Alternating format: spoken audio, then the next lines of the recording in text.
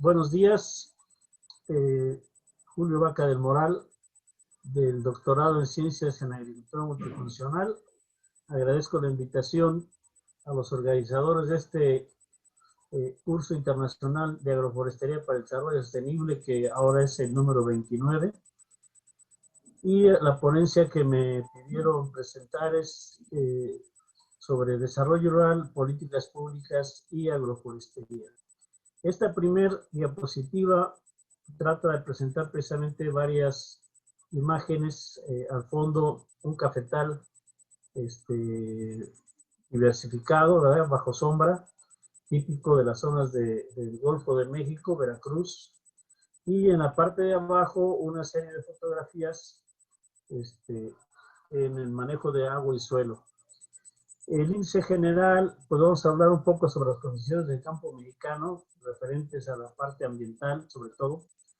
Después vamos a abordar brevemente qué es el desarrollo rural, también algo sobre las políticas públicas, para entrar a la parte de agroforestería para el desarrollo sostenible, sobre todo con dos de las políticas de este nuevo gobierno, de la 4T, ¿verdad? Y al final, a presentar algunas estrategias y retos de la agroforestería. Bueno, un punto importante es ubicar los factores de la crisis de alimentos. No es la primera crisis, sino ponerlos en plural. La primera o más reciente pues fue en 2007-2008, cuando Estados Unidos desvió una gran cantidad de millones de toneladas de maíz hacia la producción de etanol. Y entonces sacó todo ese maíz del mercado internacional y hubo desabasto de maíz que repercutió en otros productos, lo cual se conjugó con la volatilidad de los precios del petróleo, que estaban al alza en ese tiempo, pero como pueden ver, esta volatilidad es bastante frágil. O sea, este año, si ustedes recuerdan, con esto de la pandemia, hubo precios negativos del petróleo, ¿verdad? Los productores tenían que pagarle a los compradores para que se llevaran el petróleo por ahí del mes de marzo a abril. Y ahora ya volvió la estabilidad de esos precios, pero bueno, todavía no están como antes. El otro punto que también ha cambiado estos mercados, sobre todo de alimentos, pues es el crecimiento de la economía china, sobre todo, y la industria, ¿verdad? De estos dos países que consumen millones y millones de toneladas de alimentos. Cuando fue la Olimpiada allá en China, ¿verdad? En el 2010, si no mal recuerdo, los comentaristas señalaban de que China consumía en una semana, ¿verdad?, toda la cantidad de cerdo que México consumía en un año, para darnos una idea del volumen de alimentos que consume China. Pues claro, son cerca de, o poco más de 3,000 millones de chinos, ¿no? Y el otro punto también muy importante son las condiciones climáticas adversas. Este asunto del cambio climático provocado por el calentamiento global, que aún varios políticos como Trump y algunos académicos no reconocen o no aceptan que por cuestiones del desarrollo humano o del desarrollo de la civilización humana, esté cambiando el clima, ¿verdad? Sin embargo, la mayor parte del mundo académico y políticos como Macron allá en Francia sí aceptan y encabezan esta lucha contra el cambio climático. Otro punto es que se ha estancado la productividad a nivel mundial. O sea, ya no se incrementa la producción de los alimentos por toneladas por hectárea, sino si acaso kilos por hectárea, y es muy limitado. Y el punto que nos tiene en esta situación, como es esta videoconferencia, pues es la pandemia del COVID-19, que ya tenemos lo que va de este año sufriéndolo, y todavía va para largo. Entonces, esta pandemia también está trayendo una serie de problemas en el sector rural de los alimentos, puesto que las cadenas de producción se ven interrumpidas. La FAO calcula que el consumidor final, sobre todo a nivel de restaurantes, ¿ya?, de los restaurantes, de las cafeterías, pues casi es la mitad del consumo de alimentos. Y los restaurantes sabemos que en la mayor parte del mundo, o prácticamente en todo el mundo, han estado cerrados durante estos meses. Apenas hace un mes o poco más se empezaron a abrir algunos restaurantes y comida para llevar, ¿verdad?, no para consumir en el local. Aún así, no es ni la mitad de lo que normalmente consumían el año anterior. Entonces, al no haber consumo, pues eso afecta a toda la cadena productiva, ¿verdad?, desde los productores, ¿verdad?, distribuidores, y también a los jornaleros. O sea, acabamos de hacer un estudio en Quintana Roo y hemos visto que de un año a otro, del 19 ahora, se cosechó la mitad de la caña allá en el municipio de Otompe Blanco, que es el municipio de Chetumal, ¿verdad? Y los jornaleros, que normalmente se contratan 1,800 jornaleros por zafra, ahora apenas llegaron a 900 jornaleros. Entonces, esto pasa, se repite también en todas las cadenas productivas, como el café, u otras donde se utiliza gran cantidad de manos de obra, como las hortalizas, e incluso los granos en la época de siembra o de cosecha. Entonces, este problema del COVID también es un problema actual que tenemos que tomar en cuenta para diseñar o modificar, adecuar tanto programas de desarrollo rural de cualquier tipo, de agricultura multifuncional, de agroforestería o en general, y también las políticas públicas. Para ver la problemática del campo, me voy a basar en una serie de imágenes, más que datos, imágenes que nos permiten ubicar, en este caso, un estudio sobre la pobreza alimentaria que hizo el CINI ya hace unos 10 años y que se mantiene prácticamente, y vemos las zonas oscuras de las zonas del Golfo y del Pacífico, Chiapas y la península, ¿verdad?, donde son las zonas montañosas del Golfo y del Pacífico, Chiapas, y la zona indígena de Yucatán, donde coincide con Quintana Roo y Campeche. Entonces, esta pobreza alimentaria se agudiza en las zonas indígenas, pero sobre todo en las zonas de la montaña, ¿verdad? Y en Chihuahua también, o sea, aunque es menor, pero ahí en la zona de la Sierra Tarahumara también tenemos un índice de pobreza alta, lo mismo que en la zona de los Huicholes, de Durango, Sinaloa, Nayarit y algo de Jalisco, ¿verdad? Entonces coinciden las zonas indígenas con las zonas de alta pobreza. También hay un estudio de Víctor Toledo donde también hay una correlación alta entre las zonas indígenas y la biodiversidad, ¿verdad?, que también se mantiene en estas zonas la mejor diversidad que hay en México. Tenemos un panorama en todas estas zonas serranas muy parecida a esta imagen, en donde son pedazos, ¿verdad?, de hectáreas, parcelas pequeñas, que la gente siembra casi siempre a favor de la pendiente, como estas que estamos viendo aquí, ¿verdad?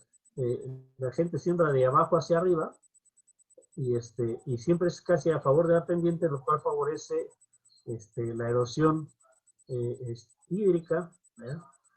Y en algunos casos, como acá arriba, donde hay rastrojo de maíz, pues no sabemos cómo le hacen, ¿verdad? Dice la gente que siembran con escopeta, porque son pendientes muy fuertes, de más de 30 grados. Pero esta es la imagen que tenemos en buena parte del territorio, o de los territorios de montaña. Y en las zonas semiáridas tenemos también esta imagen con muy poca vegetación xerófita, ¿ya? De donde también se presenta erosión hídrica y eólica, puesto que no hay vegetación que retenga el suelo o que retenga la lluvia. Entonces, esta imagen, pues la tenemos mucho, esta es de San Luis Potosí, pero se da también en la zona de Zacatecas y hacia el norte del país. Y el otro problema también es el manejo de estas zonas, que es la raza tumba y quema, que ya se practica cada día menos, pero aún se sigue practicando. Esta es una imagen de Yucatán, ¿verdad? Donde se da mucho esto de la raza tumba y quema, de esta milpa migrante, ¿verdad? Dejan descansar algunos acaguales, como en esta parte de atrás, que se alcanzan a ver los acaguales, las zonas en descanso, ¿verdad? Y queman esta parte para la siembra de 2-3 años. Después vuelven a dejar descansar esta y seguirán con otra parcela. Ya esta práctica afortunadamente cada vez es menor, ¿verdad? Ahora es la raza tumba incorpora, pero se sigue dando todavía una buena cantidad de este problema de raza tumba y quema, que lleva hacia la acidificación y pérdida de suelo.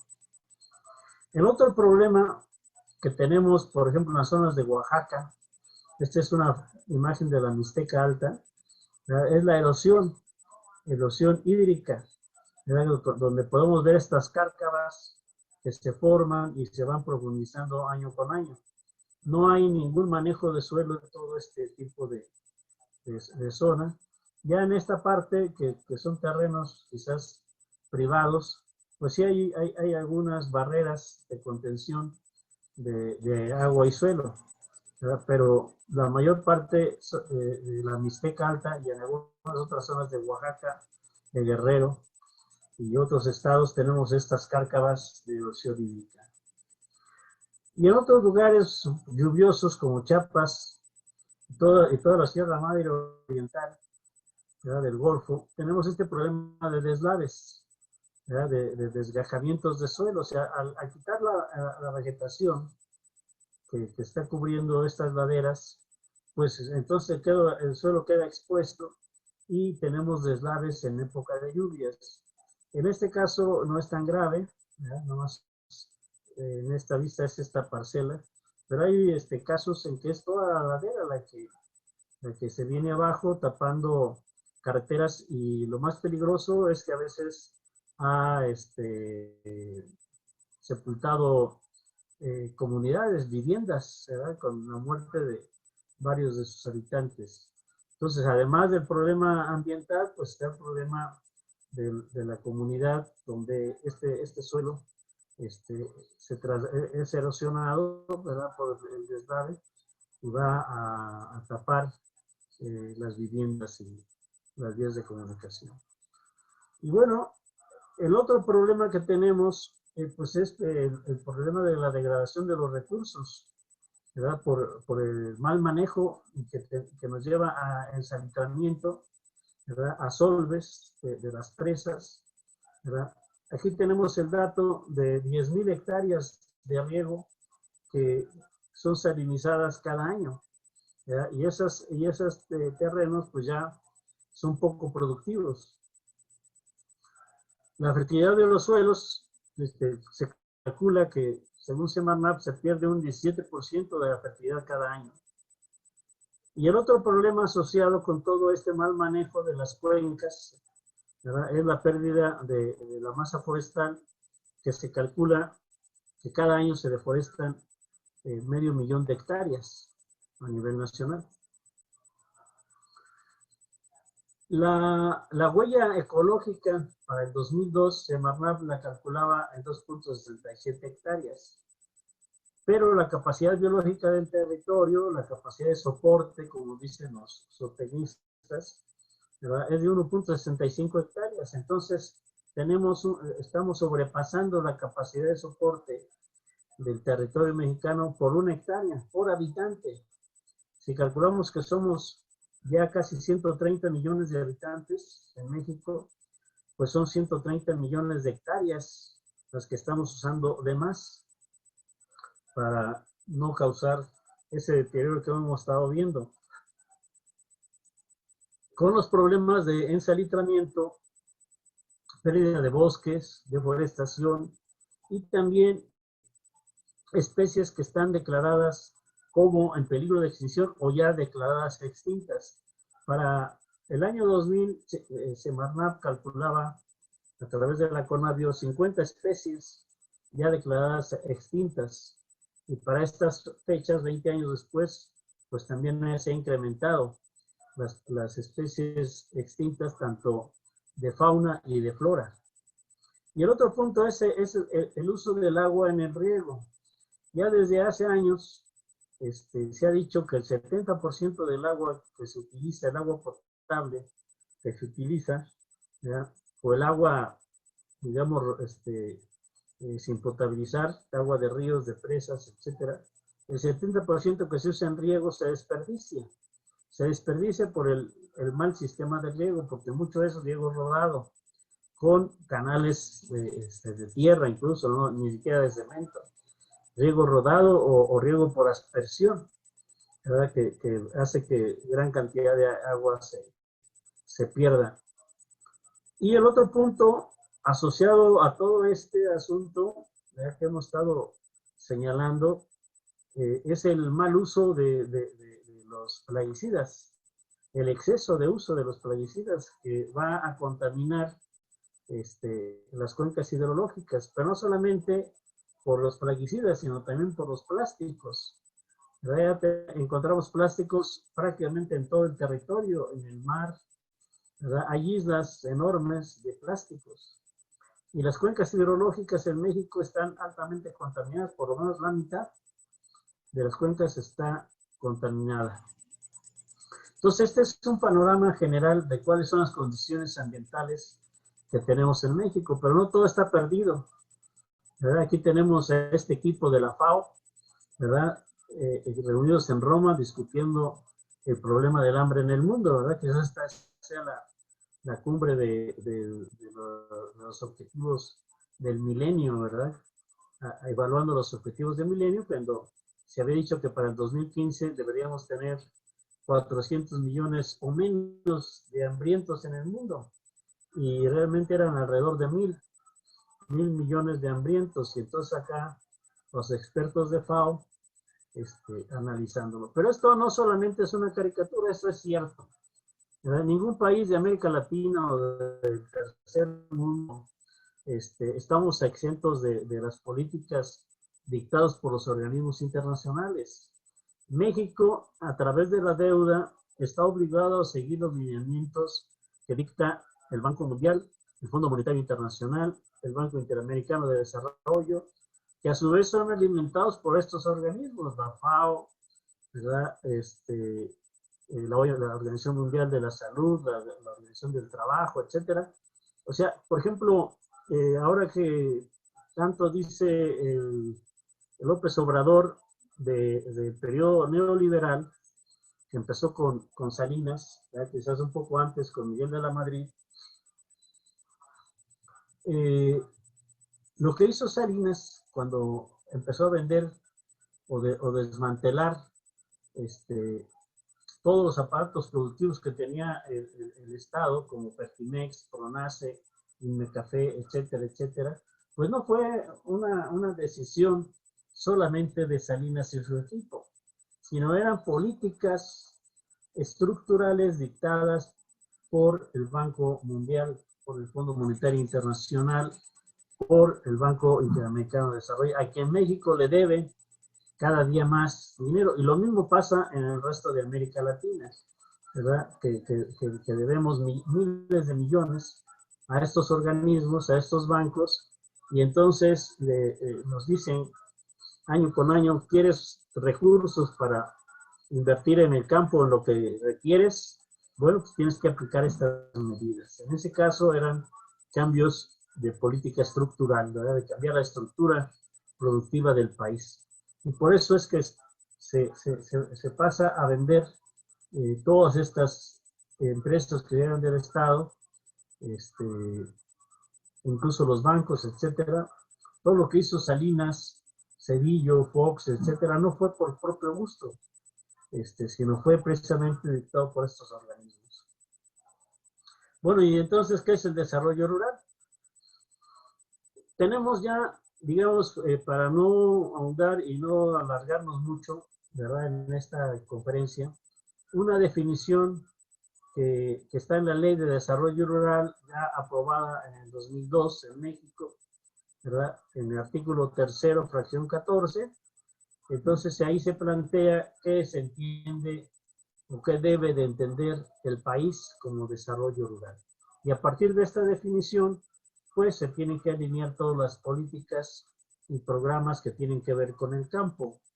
Este concepto no ha cambiado, ¿ya? Desde que se estableció la ley, hace ya 18 años, sigue vigente. Y un punto importante de estos conceptos de desarrollo rural es que normalmente los funcionarios y los políticos, cuando se habla de lo rural, se refieren solamente a la parte agropecuaria, ¿verdad?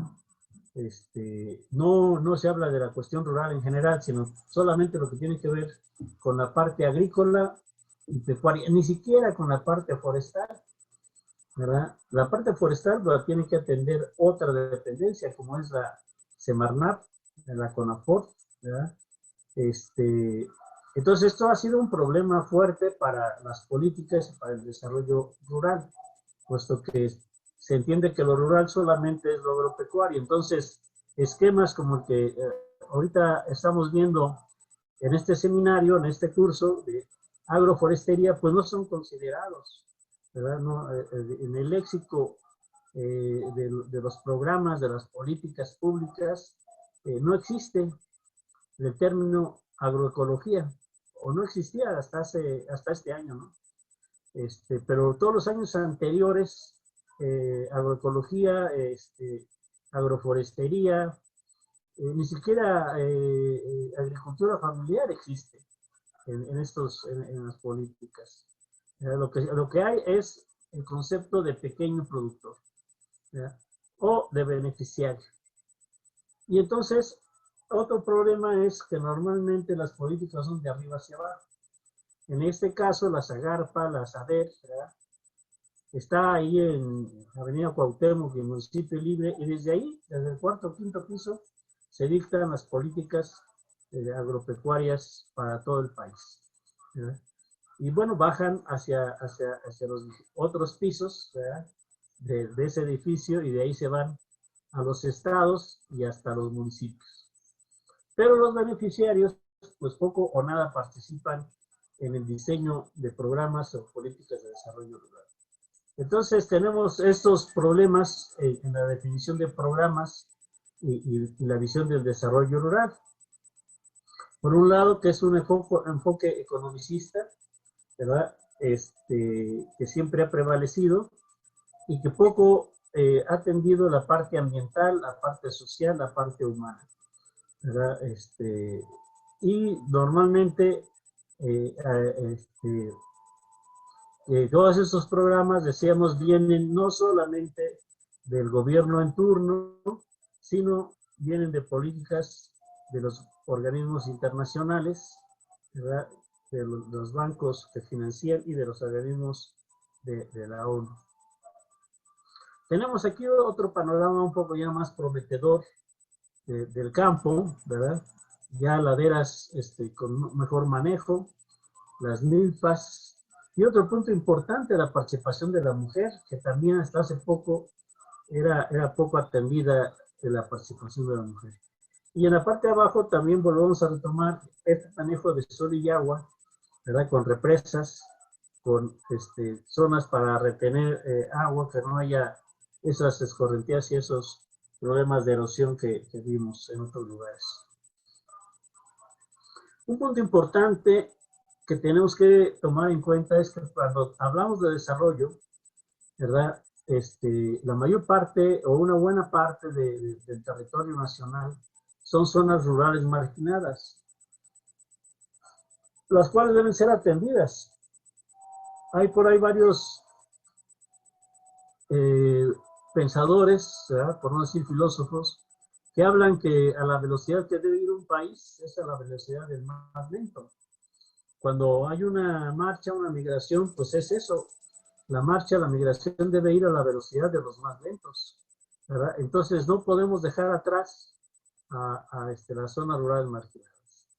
Y entonces, para hablar de alternativas a un desarrollo territorial rural y sustentable, que son los conceptos más actuales, ¿verdad? Esto de territorio, de visión territorial, ¿verdad? De hace 20 años para acá se habla de esta visión territorial del desarrollo, y que además debe ser sustentable. O sea, tenemos ya ahora los objetivos 2030, que son los objetivos para un desarrollo sostenible, ¿ya? Entonces, para armar estas estrategias, tenemos que poner atención a 3 puntos. Uno es, como decíamos, la atención a los productores de menores ingresos, ¿verdad? Aquellos productores, pequeños productores familiares, ¿verdad? Productores que están en las zonas que ya vimos de alta marginación, de laderas, de pendientes abruptas, de terrenos con muy poco suelo, con mucha erosión, etcétera, ¿verdad? Tenemos que poner atención a estos productores, ¿no? Que de acuerdo a un estudio de FAO y de la Zagarpa en el 2012, pues son la mayoría, ¿verdad? De 3,5 millones de unidades de producción que existen en el país, pues cerca de 1,5 millones son pequeños productores de menos de 5 hectáreas, que además están desvinculados del mercado. Luego viene un poco más de otro millón de productores medianos que ya empiezan a estar vinculados al mercado, pero de manera marginal. Y ya los productores que están vinculados al mercado son menos de 1 millón de habitantes, de unidades de producción, y sobre todo los que participan en los mercados nacionales e internacionales, pues no son más de 100,000 unidades de producción, ¿ya? De grandes unidades de producción. El otro punto importante que FAO está planteando que hay que poner atención, sobre todo en esto de la pandemia del COVID-19, es la atención a las cadenas productivas y servicios rurales, ¿verdad?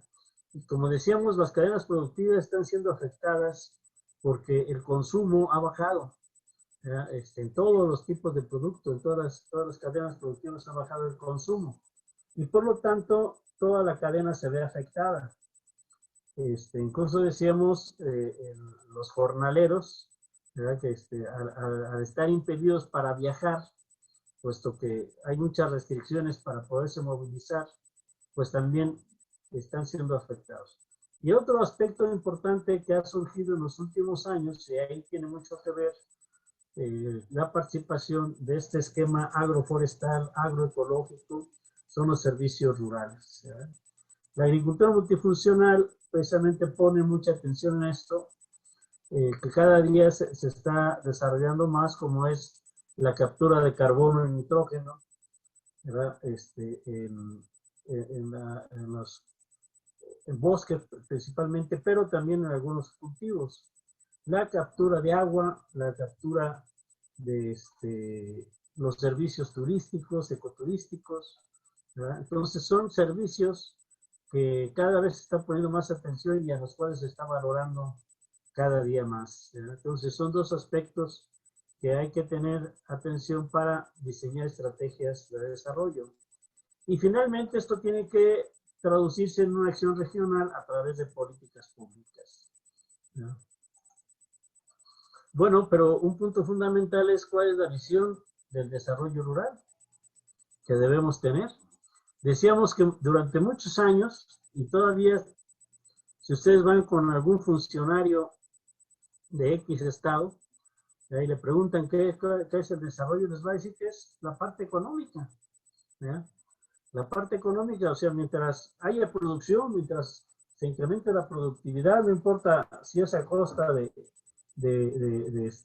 plaguicidas, ¿ya? A costa de usar agua, etcétera, ¿ya? Que tengamos producción, pues entonces esa producción va a traer riqueza, y esa riqueza, como dicen los economistas, ¿ya? La mano invisible del mercado la va a distribuir, de manera mágica, ¿verdad? Entonces no se requiere intervenir, sino que la mano invisible del mercado va a distribuir la riqueza que se genere en el medio rural. Afortunadamente esto ha ido cambiando y ya no solamente la parte económica de productividad de las grandes extensiones de monocultivo, ¿verdad? Últimamente, hace 15 años aproximadamente, si no mal recuerdo, se dio un caso grave con el tequila, ¿verdad? El tequila es un monocultivo de una sola variedad, ¿verdad? De un solo clon de agave, y que fue afectado por un virus o bacteria, no recuerdo qué era, que deshilachaba la raíz y hacía que muriera el maguey, el agave, ¿verdad? Y esto pues hizo que la industria tequilera se viniera abajo y consumiera maguey de donde hubiera, ¿verdad? De Oaxaca, incluso traía el maguey desde Yucatán, de ese maguey que se usa para el enequén, le quitaban las pencas, que es lo que se usa para el enequén, y el tronco se lo llevaban para producir tequila, ¿verdad? Porque no había. Y el problema fue que como era una sola variedad, no había diversidad genética en esos magueyes tequileros, pues fue un desastre de varias miles de hectáreas. Y entonces a través de cultivo de tejido tuvieron que agarrar magueyes silvestres, ¿verdad? De la misma región de Jalisco, y diversificar un poco la cuestión genética de los magueyes, y ya hasta que encontraron el maguey que podía resistir a ese virus, a esa bacteria, y entonces lo introdujeron al agave tequilana, azul tequilana, y con eso volvieron a diversificar. Y ese problema pues ya puso la atención en que hay que apoyar la diversificación de la producción, ¿ya? Que no conviene tener una sola variedad en miles de hectáreas, ¿ya? Sino que debe haber diversificación genética, ¿ya? Si se puede, biodiversidad mejor. Y el otro aspecto que también se han empezado a introducir de hace unos 20 años para acá es la multifuncionalidad de la agricultura, ¿ya? Pero también, desde el punto de vista económico, pues se ha estado insistiendo en que haya que agregar valor a la producción, no vender solamente materia prima, sino ya los productos agrícolas o agropecuarios ya con valor agregado, fomentar sistemas de ahorro y crédito. Bueno, aquí, qué bueno que puse esta diapositiva, o sea, el próximo año vamos a ver qué pasa con este asunto de ahorro y crédito, puesto que la propuesta de presupuesto del próximo año desaparece el apoyo a financiera rural, desaparece el apoyo a FIRA, ¿verdad? Entonces, ¿qué va a pasar con la cuestión de crédito en el campo? O sea, desaparece el crédito ganadero, crédito a la palabra ganadero, que este año no se ejerció, había 1,000 millones y no se ejerció nada, desaparece para el año próximo. Entonces, ¿qué va a pasar con esta cuestión del crédito agrícola? ¿Verdad? Vamos a verlo, entonces, si se mantienen ceros esas partidas o algo les dan, porque digamos financiera rural, pues de algún lado va a tener que sacar el gasto operativo de su institución, y la única manera es incrementar las tasas de interés, ¿verdad? Y entonces ya no va a ser una banca de desarrollo, sino va a ser una banca comercial como cualquier otra. El otro punto importante es la organización de los productores en cooperativas. Sin embargo, López Obrador pues considera a todas las organizaciones campesinas, ¿verdad?, corruptas, igual la CNC, que la UNORCA, que la CEMPA, que la CCI, que etcétera, todas, incluso la cooperativa Procepan y Tatanisque, que es de donde surge, donde se formó y surge la actual secretaria de Semarnat, antes secretaria del Bienestar, ahí se formó en esa cooperativa y también la considera igual, o sea, también corrupta, nada de apoyo, ¿no? Y entonces, todos los apoyos son individuales. ¿Y qué va a pasar con todo este esquema cooperativo que existe, ¿no? Por ejemplo, la CENOC, que son los organismos para apoyar a los cafetaleros y llevar, poder exportar el café, tanto el café natural como el café orgánico, hacia los mercados internacionales. Eso no lo puede hacer el productor de manera individual, es imposible, aunque sea un gran productor, ¿verdad? Tiene que ser a través de cooperativas para tener el volumen adecuado para cubrir los costos de transacción. Pero bueno, o sea, este gobierno tiene negado el apoyo y el reconocimiento a las cooperativas. ¿Verdad? El acceso a mercados regionales, nacionales, esto es un punto importante, sobre todo con esto que estamos haciendo la pandemia, de atender los mercados locales, ya que el mercado nacional e internacional está desequilibrado por este punto de la pandemia, pues tienen que ser los mercados locales y regionales los que tienen que reactivar en un principio la producción. Y esto integrarse en redes estatales nacionales, etcétera. Entonces, esto es la parte económica, que siempre ha estado presente, pero el otro punto que apenas hace quizás 20 o 30 años se empezó a poner atención es el desarrollo del capital físico, o sea, el problema del ambiente, de la contaminación, ¿verdad? A partir de ese estudio de la Comisión Butrán, ¿verdad? En los 80, al 82, que se habló de desarrollo sustentable o sostenible, pues entonces es que se está poniendo atención al asunto del ambiente, de los recursos naturales, de la biodiversidad, de la agrobiodiversidad, del agua, del suelo, de la vegetación, de la fauna, ¿verdad? De que no solamente es la explotación. Ya por ahí algún conferencista que vino a Chapingo hace poco tiempo nos planteaba que el lema de la Universidad de Chapingo debe cambiar. Si bien era un lema aceptable hace un siglo, pues ya no, ¿verdad? Porque el lema de la universidad es enseñar la explotación de la tierra, no la del hombre. Y entonces él decía, no, ya no se debe enseñar ninguna explotación, debe ser un uso racional de los recursos, debe enseñarse el uso racional de los recursos, debe enseñarse el uso amigable de los recursos, no la explotación de la tierra, y mucho menos del hombre. Entonces, ese lema de la universidad, nos decía este conferencista, hay que atenderlo, ¿ya? Pero en la parte ambiental, no solamente del capital físico, no solamente es la parte del clima, del suelo, de la vegetación, etcétera, sino también la parte de infraestructura productiva, ¿verdad? En los 60 se llegó a tener en México hasta 6 millones de hectáreas bajo riego y éramos 40 millones de mexicanos. A la fecha hay cerca de 8 millones de hectáreas de riego. Quiere decir que en 40 años, ¿verdad?, apenas se incrementó 2 millones de hectáreas de riego. Y la población que éramos 40 millones en los 60, ahorita ya somos 120 o más de 120 millones. O sea, la población se triplicó y la superficie de riego no creció ni siquiera a la mitad. Entonces algo está pasando ahí que no va el desarrollo a la par. Esto no es nuevo, o sea, el desarrollo no, normalmente, sobre todo el desarrollo capitalista, neoliberal, que tanto se ha dicho, pues por lo regular es un desarrollo desigual, ¿eh? Hay zonas más desarrolladas, como es la parte centro-norte del país, y zonas menos desarrolladas, olvidadas, como es la parte sur y sureste del país. Eso pasa en muchos países.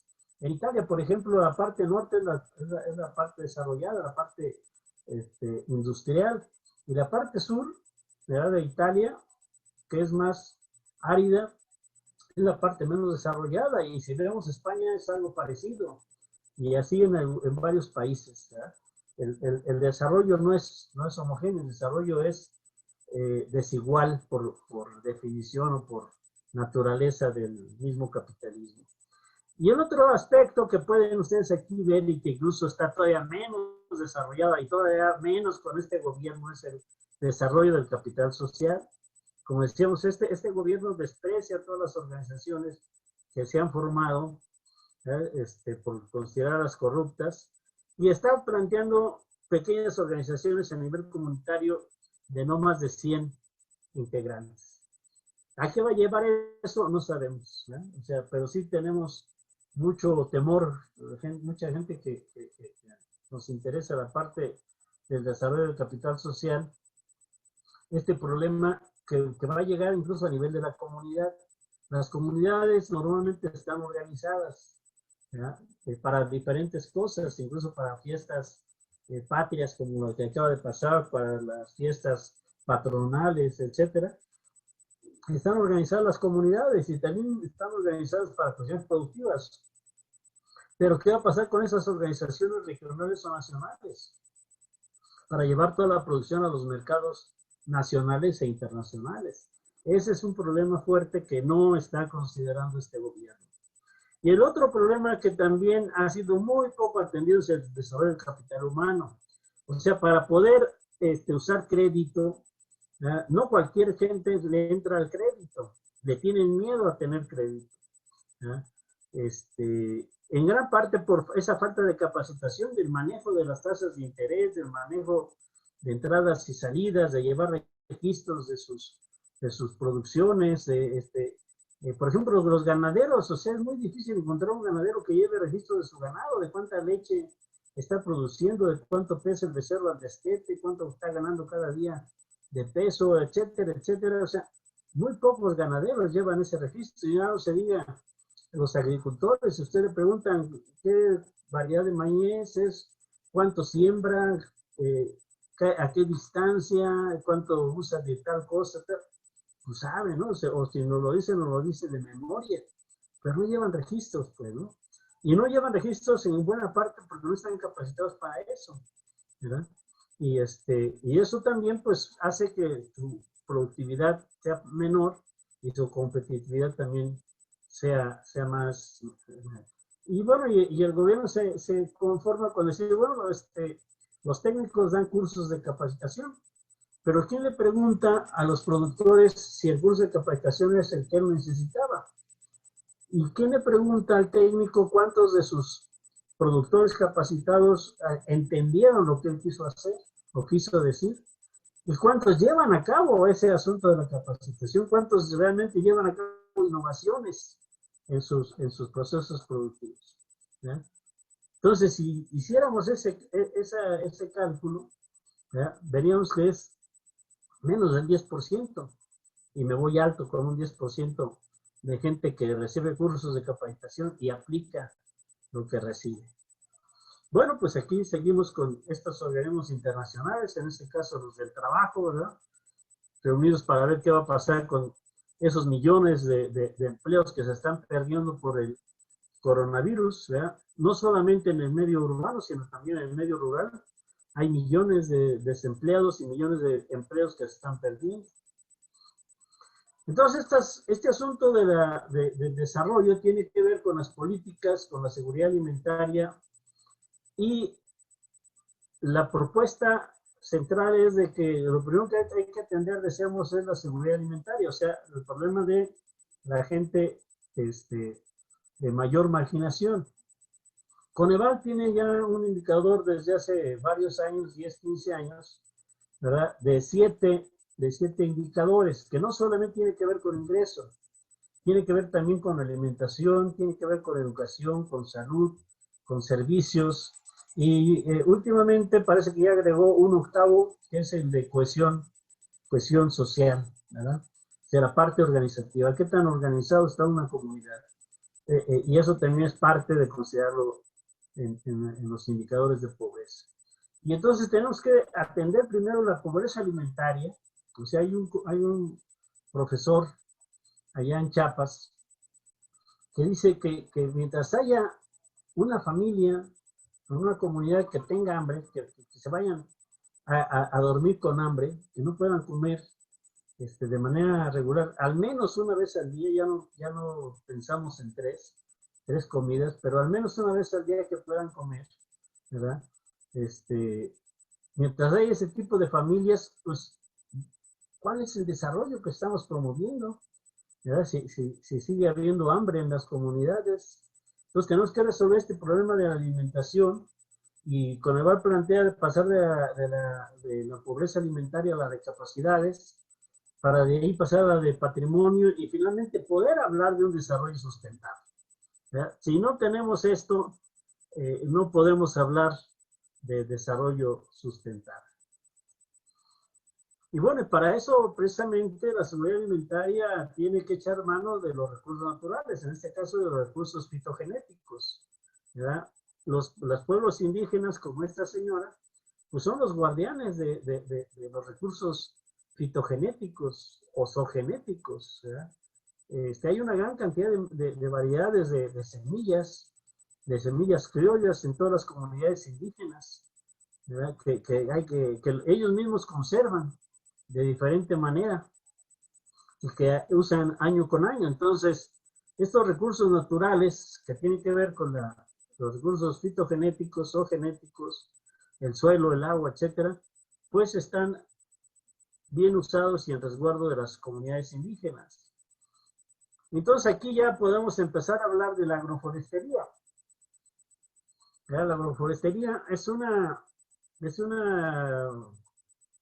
estrategia, una visión, una forma de pensar, más que una técnica, ¿verdad? Es esa visión de pensar el uso integral de los recursos, sustentable de los recursos, pensando, como decíamos, teniendo en cuenta como primer punto la seguridad alimentaria y sentar las bases para el desarrollo rural. Y como decíamos, no se puede hablar de desarrollo mientras exista inseguridad alimentaria, mientras exista hambre en una comunidad, en una región. O también, tampoco podemos hablar de desarrollo cuando sigue persistiendo el deterioro de los recursos, la contaminación. Bueno, aquí tenemos, para alegrarnos un poco el día, ¿verdad? Una foto de una buena manejo agroforestal, ¿verdad? Tenemos esta ladera, ¿verdad? Con una pendiente bastante fuerte y pequeñas terrazas que se mantienen con pasto, ¿verdad? Pasto, o sea, para retener el suelo, retener el agua. Y aquí tenemos sembrada coliflor, la col, ¿ya? Que va a desechar una gran cantidad de hoja, porque nada más se usa la parte centro. Y entonces esto está vinculado a la ganadería, ¿ya? El dueño de esta parcela, pues obviamente tiene su ganadito, tanto borregos como vacas, caballos, burros, no muchos, ¿verdad? 3, 4 de cada especie, quizás más borregos que vacas. Y entonces este pasto le sirve precisamente, es pasto de corte, ¿verdad? Para retener el suelo, pero también para alimentar el ganado y la hoja que se va a desechar aquí también. Y acá tenemos ya sembrado café y sembrado frutales, ¿verdad? En esta parte, este es un bosque, o era un bosque de pino, ¿verdad? Y entonces este manejo es bastante interesante. Acá tenemos mangueras que va a derivar agua hacia sus animales, ¿verdad? O hacia otros cultivos más abajo. Entonces, esta es una parcela que me parece muy interesante, muy bien manejada. Acá tenemos otro sistema agroforestal que se da aquí en el altiplano, llamado Metepantle, que es un sistema agroforestal en donde la parte forestal está representada por magueyes y por nopales, ¿verdad? Ahí tenemos la siembra de los magueyes en surcos y dejando un callejón en medio para la siembra del maíz, ¿verdad?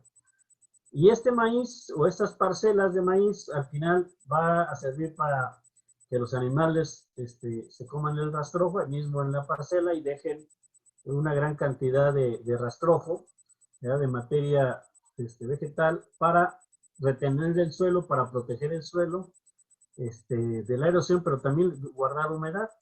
Y el maguey, que tiene una gran cantidad de usos. Como todos sabemos, el tradicional pulque, el néctar de los dioses, ¿verdad?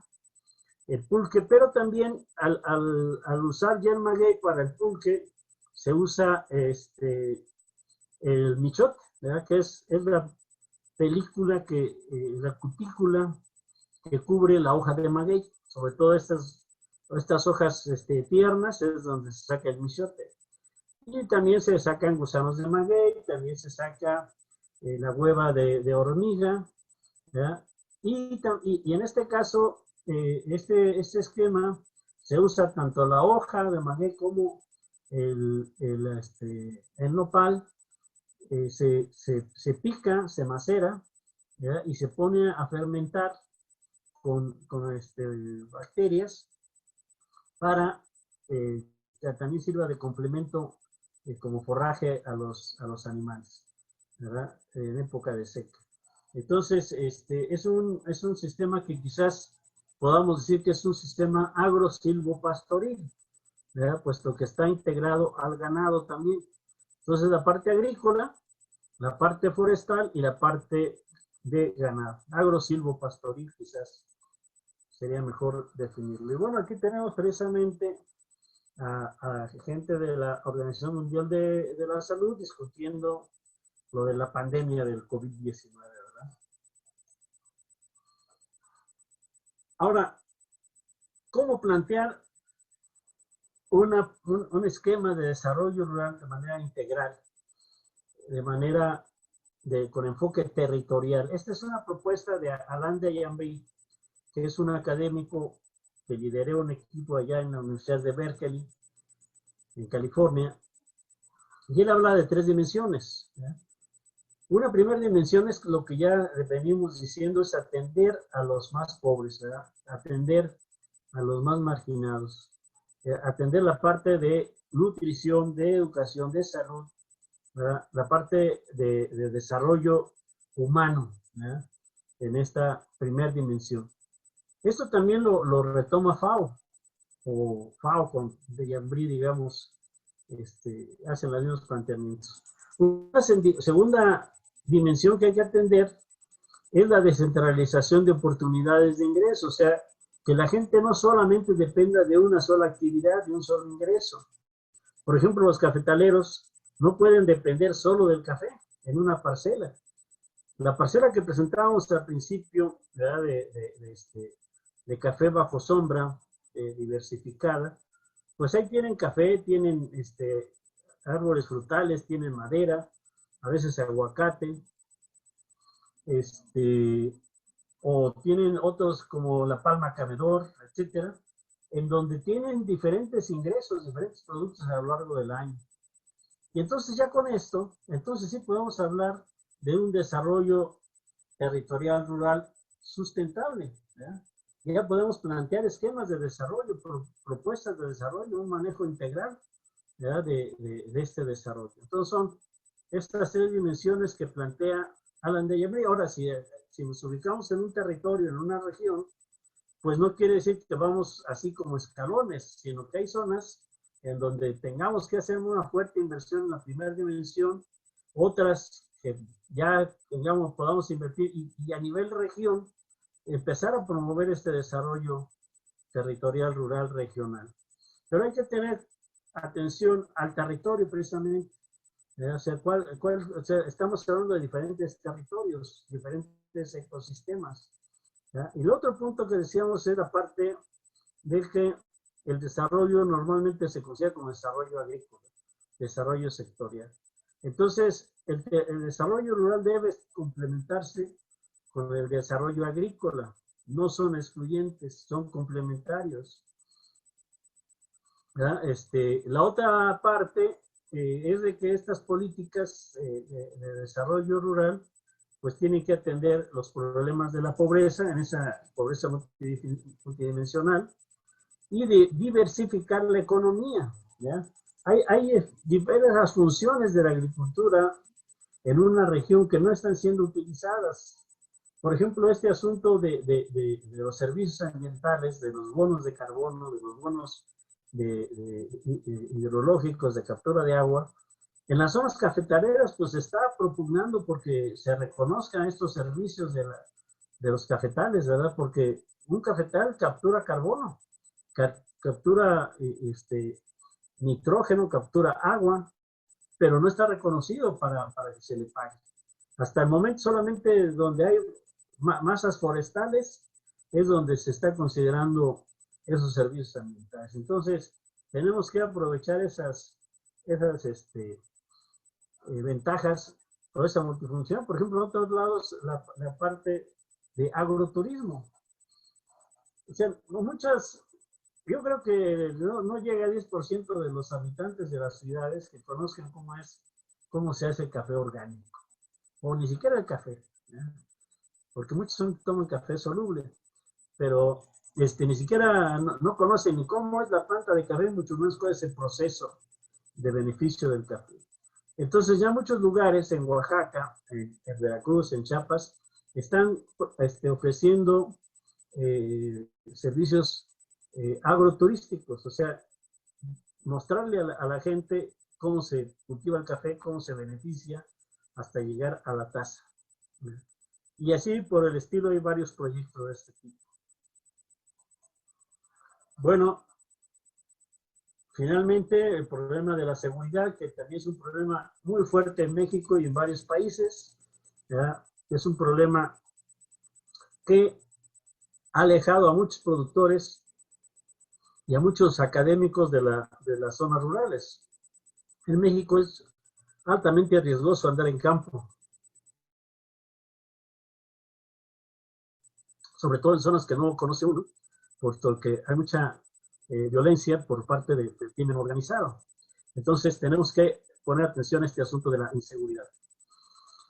Otros puntos importantes para desarrollo, decíamos, es en la parte de la economía, de la agricultura familiar, que decíamos no está considerada, o sea, este término de agricultura familiar no lo consideran las políticas, ¿verdad? Porque además es muy diverso, o sea, no es fácil definir qué es una agricultura familiar, ya sea por la extensión, ya sea por el uso de mano de obra, por el destino de la producción, etcétera, ¿verdad? No es fácil determinar qué es agricultura familiar y por lo tanto centrar en ese concepto las políticas. Por eso los funcionarios prefieren hablar de pequeña agricultura o mediana agricultura. Y el otro punto importante que hemos estado insistiendo es precisamente que hay que considerar al ambiente, ¿ya? La contaminación, el mantenimiento del ambiente, etcétera, dentro de las políticas. Y finalmente, precisamente, ¿qué son las políticas? Vamos a verlo de manera breve. No sé cómo vamos de tiempo. Sí, doctor, ya tenemos que ir cerrando. Ya vamos a cumplir 1 hora casi. Bueno, rápidamente vamos a ver lo de las políticas públicas, ¿verdad? Las políticas públicas son problemas socialmente reconocidos que debe atender un gobierno, ¿verdad? Y estas políticas son el resultado de la acción de las élites y el sistema político. Mucho se habla de que la política tiene que ver con el poder, ¿ya? Pero en este caso hablamos de políticas públicas, que ya es lo que tiene que ver la acción del gobierno hacia la resolución de los problemas socialmente atendidos. Y este diseño de operación de las políticas es muy importante. Hay teóricos como Luis Aguilar que hablan de siete pasos para estructurar o que se debieran seguir para estructurar las políticas públicas, como es la formación de la agenda, que es cada 6 años se hace un plan de gobierno, un plan seccional. De ahí se deben derivar qué problemas públicos se van a atender y cómo. Y a partir de eso hay que formular la política, en este caso para el campo, ¿verdad? Y seleccionar diferentes opciones para llevarlas a cabo, comunicar esta política y llevarla e implementarla. Y otro punto fundamental es evaluar cómo va esa política, si va bien, si va mal, y corregir esa política para el próximo ciclo, que normalmente es para el próximo año. Sin embargo, los programas de gobierno en México y en varios países es por programa, o sea, el presupuesto de egresos de los gobiernos es por programa. Entonces, un programa con sembrando vida, produciendo para el bienestar, es la expresión de la política de atención al campo de este gobierno, en este caso de la 4T. Pero hay una gran fragmentación, incoherencia entre los que hacen y los que diseñan y los que llevan a cabo las políticas. Un caso, incluso dentro del mismo gobierno, como lo acabamos de ver con Víctor Toledo, que se contrapuntió con el secretario de la SADER y contra el secretario de gobierno, pues ahí del Palacio Nacional, el consejero, ¿verdad? Y bueno, y entonces tenemos que las políticas en México normalmente fallan, ¿verdad?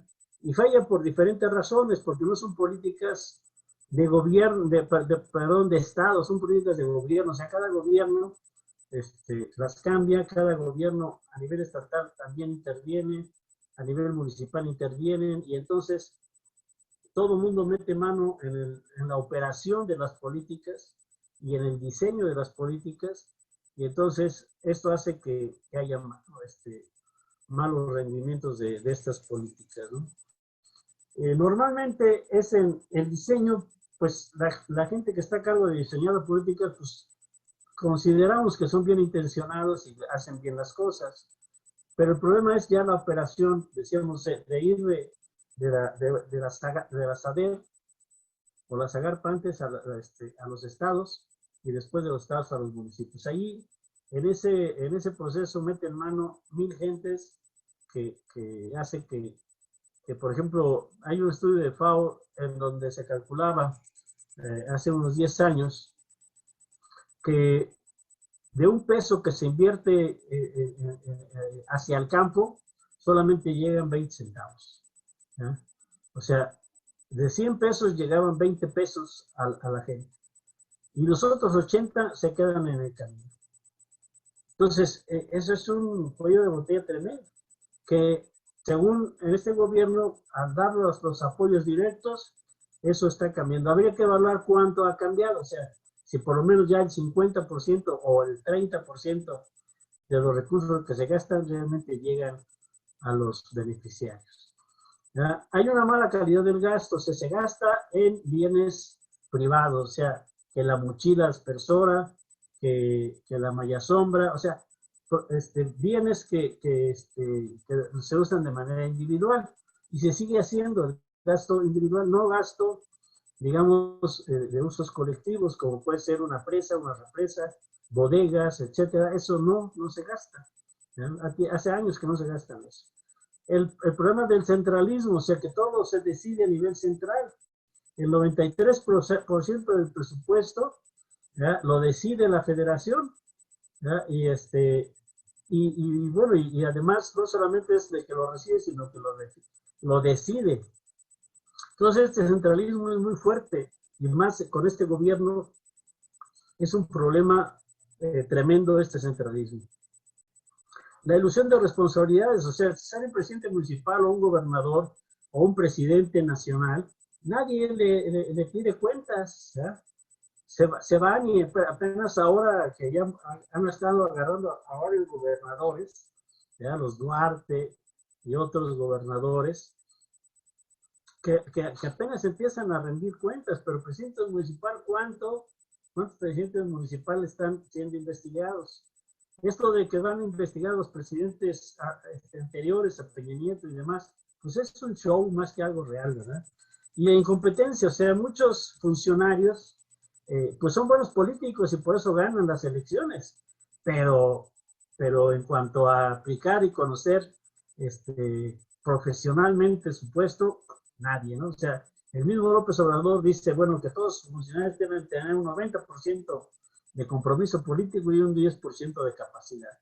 Y pues eso no es posible, o sea, tiene que tener por lo menos 50 y 50, ¿ya? 50% de capacidad técnica para su puesto, y si tienen 50% de compromiso, pero no al revés, de 90-10. Y bueno, por un lado van las demandas ciudadanas y por otro lado van las políticas económicas, y esto tiene que ver con los esquemas de desarrollo. Y lo que se plantea es tomar en base para las políticas de desarrollo territorial rural, que tiene que ver con el desarrollo institucional y el desarrollo productivo. Y bueno, rápidamente entonces, los dos programas estelares de 4T que tienen que ver con el campo, ¿verdad? Hasta 2018 teníamos 150 programas para el campo, ¿verdad? O sea, estaba atomizado el presupuesto. Había una gran regresión de los subsidios, o sea, la mayor parte del subsidio iba para la zona norte, para los grandes productores como Proagro, Acerca, Dícer, etcétera, era acaparado por los grandes productores. En cambio, para la zona sur y sureste eran los apoyos ¿cómo se llama? De Sedesol, ¿verdad?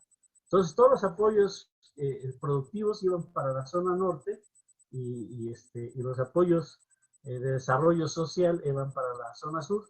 Ahora se supone que esto ha cambiado, ¿ya? Entonces, por ejemplo, la Cruzada Nacional Contraria tenía 40 programas en Sedesol que iban hacia la zona sur y sureste, pero esos 40 programas no llegaban ni siquiera a 5. Nosotros hicimos un estudio de campo en el 17 y 18 en 6 estados de la República y encontramos que de esos 150 programas, solamente 9 recibía la gente en el sur y sureste. Estamos hablando de Chiapas, Oaxaca, Quintana Roo, San Luis Potosí, Yucatán y Veracruz. No recibían más de 5, pero una sola familia no recibía más de 2 programas de estos, ¿verdad? O 3 a lo mucho. Solamente nos encontramos unas cuantas familias que recibían 2 o 3 programas de estos 5 que llegaban al sur y sureste, ¿verdad? Y representaban el 40% de sus ingresos. Ahora esto ha cambiado. Se supone que la cuarta transformación, un programa estelar es Producción para el Bienestar, en donde se supone que esto cambia y baja, desaparece por campo y nada más se da apoyo hasta 20 hectáreas a medianos productores o 5 hectáreas a pequeños productores. Entonces tenemos Producción para el Bienestar, pero también tenemos el apoyo para fertilizantes, los precios de garantía, el crédito a la palabra ganadero que decíamos para el próximo año desaparece, la asistencia técnica, de parte de innovación. Se supone que todo esto está coordinado a través del programa de Producción para el Bienestar, que esto está en la SADER. Y bueno, aquí estas algunas cualidades de este programa es que desaparece muchos de los programas. Eran 12 programas que tenían que ver con la pequeña agricultura, y ahora solamente es este programa de Producción para el Bienestar que retoma esos recursos que tenían dispersos hasta esos 12 programas y los aglutina en uno solo, que es ¿no? Elimina varios programas que estaban repetidos. Las reglas de operación se supone que son más sencillas y fáciles de entender, y se da prioridad a familias con mayor índice de pobreza en zonas marginadas. Para esto se toma en cuenta los datos de INEGI, donde están los municipios de mayor marginación, y se trata de integrarlos a las cadenas productivas a través de Segarmex, que proporciona fertilizantes, semillas y les compra la producción y da créditos. Sin embargo, pues preguntamos si es vino nuevo o no odres viejos, ¿verdad? ¿Quiénes son los que han levantado el censo de productores para este esquema? ¿Verdad? ¿Quién está verificando que los recursos lleguen a tiempo y en forma? ¿Quién define quiénes son los beneficiarios? O sea, por ahí se habla de los famosos siervos de la nación, los servidores de la nación, que nadie sabe ni quiénes son, ni quién los nombró, y son los que deciden a quién se le da los apoyos. Entonces, eso es algo turbio ahí que no está claro, ¿verdad? De cómo se decide esos siervos de la nación, y que por lo regular son militantes de Morena, ¿verdad? No hay un solo servidor de la nación o siervo que no sea de Morena. Y ellos son los que deciden a nivel local a quién se le dan los recursos, a quién entra en los programas. No son los funcionarios de la SADER, sino son estos servidores, ¿verdad? Los insumos, a quién se le compra la semilla, a quién se le compra los fertilizantes, la maquinaria, etcétera. O sea, los proveedores, quién los define. Eso también era una cuestión de corrupción en sexenios pasados, ¿verdad? Y la asistencia técnica, finalmente los técnicos que tenemos son los técnicos que ya tienen años y vienen desde la época algunos desde la época de Salinas, ¿verdad? De Fox, son los mismos técnicos que ahí están, ya que están ya expertos en llenar formatos, ¿verdad? En bajar recursos. Dígame cuál es el formato ya, y la gente ya los conoce. Y, a ver, el ingeniero, ahora qué le vamos a dar, de cómo va a ser la mochada, o ahí está mi credencial, mis papeles para que lleve. O sea, son los mismos técnicos. Entonces, ¿cuál transformación, cuál cambio? Entonces, un punto importante que también se repite en esto de Sembrando Vida, o se hace más grave, es que Sembrando Vida empieza sin un diagnóstico. Decíamos que era importante el diseño de las políticas, pues un punto fundamental es qué problema voy a atender. Y Sembrando Vida, ¿qué problema va a atender esta Secretaría de Bienestar? ¿Va a atender el problema de la pobreza o va a atender el problema de la erosión? ¿Va a atender el problema de la pérdida de biodiversidad? ¿Qué problema va a atender Sembrando Vida? No está claro, no hay un diagnóstico. No había reglas de operación. Las reglas de operación se aprobaron en marzo de este año, el año pasado, pero sin reglas de operación. Bueno, se dice que se les da 5,000 pesos, ¿ya?, a cada productor, 500 se ahorran y los otros 4,500 se les dan, ¿ya? ¿Cómo se selecciona y capacita a los técnicos? Tampoco está claro, ¿verdad? Este fue un problema fuerte, esto de que los productores deberían de tener 2.5 hectáreas. Muchos productores en el sur y sureste, que es donde está este programa, ¿verdad?, la península de Yucatán, Chiapas, Veracruz, etcétera, Guerrero, Oaxaca, pues tenían el sistema de roza, tumba y quema, o de roza, tumba y incorpora, ¿ya? Y entonces dejaban descansar la tierra. Pero con esto que tenían que presentar 2.5 hectáreas, una gran cantidad de caguales que se quemaron. Hay fotos de imágenes de satélite donde había miles de incendios en México, sobre todo en esta zona sur y sureste, donde iba a intervenir Sembrando Vida, porque la gente quería entrarle por estos 5,000 pesos que se les iba a dar al mes. Y entonces quemaron una gran cantidad de hectáreas. ¿Para qué? Quemaron y tumbaron árboles para sembrar árboles, ¿ya? Árboles frutales, árboles forestales. Y el otro problema que sigue estando presente es la producción de los mismos árboles, ¿ya? O sea, ¿quién iba a producir? Bueno, pues no había más que los viveros forestales militares, ¿ya? Y de ahí fue donde se echó mano. Entonces hay datos de que de las 200,000 hectáreas que según se iban a sembrar el año pasado, solamente se llegó a sembrar 80,000. Y de las 80,000, solamente el 13% de los árboles sobrevivió, ¿ya?, del año pasado. Y este año se dice que se va a llegar a 500,000. O sea, la red MOCAF, que es la red de organizaciones forestales, habla de que nunca se ha podido sembrar más de 50,000 hectáreas forestales al año en México. O sea, entonces, ¿cómo es que se van a sembrar ahora 500,000 de hectáreas? ¿Dónde salen los árboles? ¿Cómo lo van a sembrar? Etcétera, etcétera. Entonces, son una serie de cuestiones que están ahí sin resolver. A su favor, podemos decir que Sembrando Vida es un programa que desarrolló un proyecto piloto, ¿verdad?, de REMIS, que se llamó Territorios Productivos, y que cuenta con un consejo consultivo, cosa que antes prácticamente ningún programa tenía, un consejo consultivo. Va dirigido a los estados del sur y sureste, ¿verdad?, que ya decimos 12.5 hectáreas, son el MIAP, con esquemas de maíz intercalado con árboles frutales, y también sistemas agroforestales. Tenemos técnicos productivos y técnicos sociales, ¿verdad?, más técnicos comunitarios que son pagados por el programa de jóvenes Sembrando el Futuro, ¿verdad? Hay otro punto donde se pretende capacitar y organizar a la gente, son los centros de aprendizaje colectivos. De aquí se supone que la gente que se capacita, que son hasta 4 núcleos, que serían 100, 25 por núcleo, estos deben de formar su cooperativa, ¿no?, para hacer, pero no más allá. Y la entrega directa de 5,000 pesos. Entonces, teníamos más de 150 programas en el 2018 y ahora solamente tenemos 3 proyectos estratégicos. El programa Producción para el Bienestar, Sembrando Vida y Agroecología.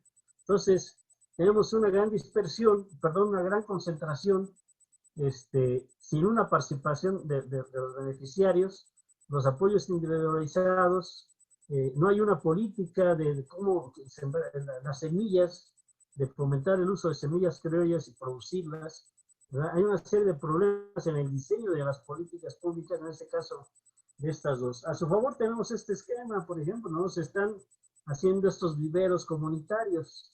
Este es el caso de allá de Campeche, de Escárcega, donde tenemos el técnico productivo y aquí ya están trasplantando arbolitos, ¿verdad? Sobre todo de cedro, de ramón, de chacteriga, ¿verdad? Y aquí tenemos precisamente la comunidad de grupos de 25 gentes, hombres y mujeres, participando en el diseño y la siembra de sus árboles frutales, en este caso forestales. Bueno, también tenemos el programa de agroecología que se va a dar este año. Este programa de agroecología está tanto en Sembrando Vida como en el programa de bienestar, Produciendo para el Bienestar. Entonces tenemos ya un tercer programa en donde se está fomentando el sistema del MIAF, pero también el sistema agroforestal, con estos árboles de uso forestal, más que frutales. Bueno, entonces algunos retos que se plantean todavía son cambios estructurales en la pobreza, no solamente asistenciales. No basta con estar entregando 5,000 pesos, sino se requiere este cambio estructural en las unidades de producción. Apoyar a las unidades familiares campesinas que se inserten, que sean productivas, que se inserten al mercado. Un desarrollo sustentable de las zonas marginadas, eliminar la pobreza, mitigar la migración, políticas estatales y nacionales que estén alineadas unas con otras, puesto que por lo regular la federación plantea una serie de cuestiones y los estados otras. Y bueno, tenemos el caso de 10 gobernadores que salen del CONAGO y obviamente esto va a repercutir en estas políticas. ¿Verdad? La cuestión de los biocombustibles, que México también está metido en eso. Y el otro asunto que se presenta este año, pues es el problema de la pandemia, de qué va a pasar con este problema de la pandemia que tenemos presente. ¿Ya? Algunas recomendaciones, ¿ya? Que esos programas deben de tener mayor participación de la gente en cuanto a qué hacer y cómo hacerlo, ¿verdad? Y esto debe permear de abajo hacia arriba.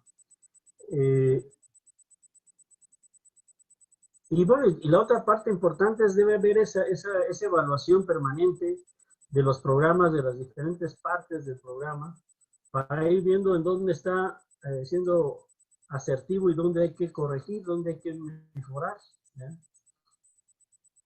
Bueno, y como conclusiones, podemos decir que este marco neoliberal no se ve afectado, o sea, tanto que ha sido dicho López Obrador que ya no hay neoliberalismo, pero sin embargo seguimos en el libre comercio, seguimos en el predominio de las instituciones bancarias nacionales y financieras extranjeras, que son las que dictan las políticas, ¿verdad? Las empresas extranjeras con esa posibilidad de seguir invirtiendo en México, la ausencia de una política fiscal, etcétera. Y bueno, como alternativas, pues ya todas estas que hemos estado presentando, sobre todo el hacer mejor las políticas, la participación de la gente de abajo hacia arriba, atender la participación y conservación de las lenguas indígenas, de la parte indígena. Y bueno, y aquí tenemos finalmente pues las familias típicas de las zonas rurales marginadas, ¿verdad? Resolviendo sus problemas de inseguridad, de hambre, de desocupación, la imposibilidad de mandar a los niños a la escuela sin asistencia médica, sin internet, sin nada. Y bueno, y la recomendación de quédate en casa ante estas condiciones. Pues gracias. Este es uno de los productores que tiene estos cultivos agroforestales que mostramos, ¿verdad? Tanto este que está más en la parte baja como el otro que mostramos ya en mayor pendiente. Este es el propietario, llamo señor de cerca de poco más de 70 años, pero que ahí sigue manteniéndole, aquí ya con producción de chile, ¿ya? Y acá abajo otro cultivo diferente, hortalizas también, que van al mercado. Y pues gracias, y al final tenemos algo de bibliografía. Bueno, pues muchas gracias por su atención. Si tienen alguna pregunta al respecto que hayan revisado la presentación o algún otro documento, pues pueden hacerla con mucho gusto. Gracias.